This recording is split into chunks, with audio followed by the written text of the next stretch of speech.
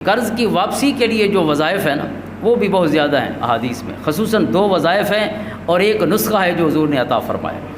یہ بخاری شریف کا نسخہ ہے، حضور صلی اللہ علیہ وسلم فرماتے ہیں یہ ہے بہت آسان لیکن ہو سکتا ہے کرنا مشکل ہو،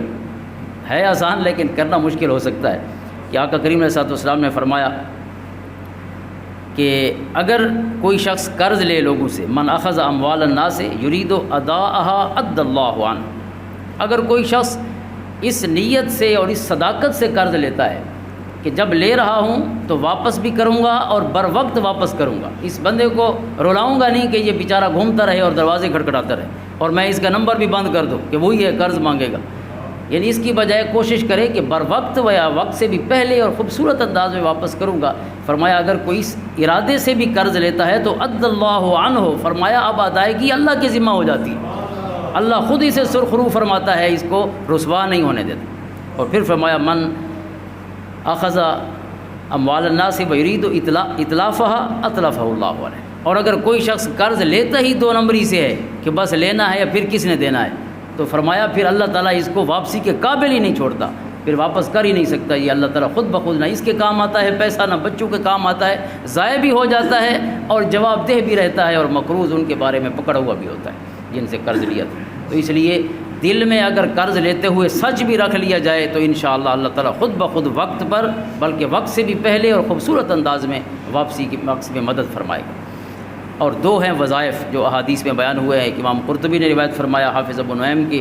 ریفرنس سے کہ حضرت معاذ بن جبل رضی اللہ تعالیٰ عنہ ایک دفعہ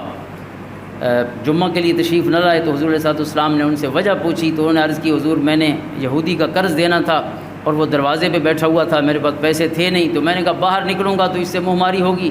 ویسے بھی نماز پہ نہیں پہنچ سکوں گا، تو لہٰذا میں گھر سے ہی نہیں نکلا اور کوئی وجہ نہیں تھی، کوئی کام نہیں تھا۔ تو حضور علیہ السلام نے انہیں فرمایا کہ میں تمہیں ایسے کلمات نہ تعلیم فرماؤں کہ اگر پہاڑ کے برابر سونا بھی قرض ہو تو اللہ تعالیٰ اس کی واپسی کا اہتمام بھی خود فرما دے۔ عرض کی بلا یا رسول اللہ، حضور ضرور کرم فرمائیے۔ آقا کریم علیہ السلام نے 2 آیات ہیں سورۃ آل عمران کی جو اکٹھی ہیں دونوں، قل اللہم مالک الملک تؤتی الملک من تشاء، اور اس سے اگلی آیت تولج اللیل فی النہار وتولج النہار فی اللیل، یہ دونوں آیات پڑھی حضور نے اور پھر آگے کلمات تعلیم فرمائے، رحمان الدنیا والآخرۃ ورحیمہما تعطی منہما من تشاء وتمنع منہما من تشاء اقض عنی دینی۔ 2 آیات پڑھ کے فرمایا یہ کلمات پڑھ لو، اللہ تعالیٰ اگر سونے کے برابر بھی قرض ہوگا تو اس کا اہتمام واپسی کا بھی خود فرما دے۔ اور دوسرا وظیفہ یہ دعا ہے جو حضرت علی المرتضیٰ رضی اللہ تعالیٰ عنہ سے منقول ہے، ترمذی کی حدیث ہے کہ ایک مکاتب نے، غلام جو تھے وہ اپنے آپ کو خود خریدتے تھے اپنے مالک سے، جس کو مکاتبت کہتے ہیں۔ اللہ تعالیٰ نے ہمیں آزاد پیدا کیا، الحمدللہ آزاد رکھا ہے، لیکن غلامی جو ہے ایک بہت بڑا امتحان تھا، جو بیچارے خریدے جاتے تھے، بیچے جاتے تھے،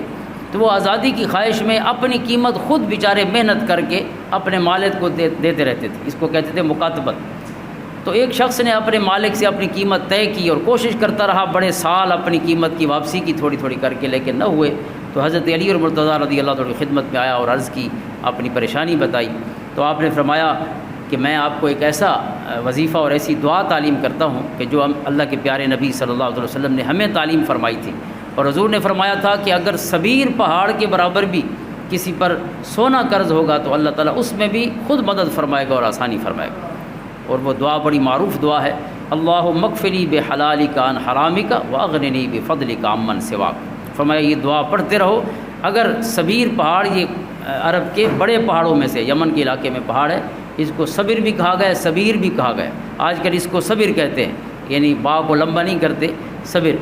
تو یہ صبر پہاڑ جو ہے حدیث میں صبیر کا لفظ ہے، تو صبیر پہاڑ کے برابر بھی اگر قرض ہوگا تو فرمایا اللہ تعالیٰ اس کا اہتمام بھی خود فرما دے۔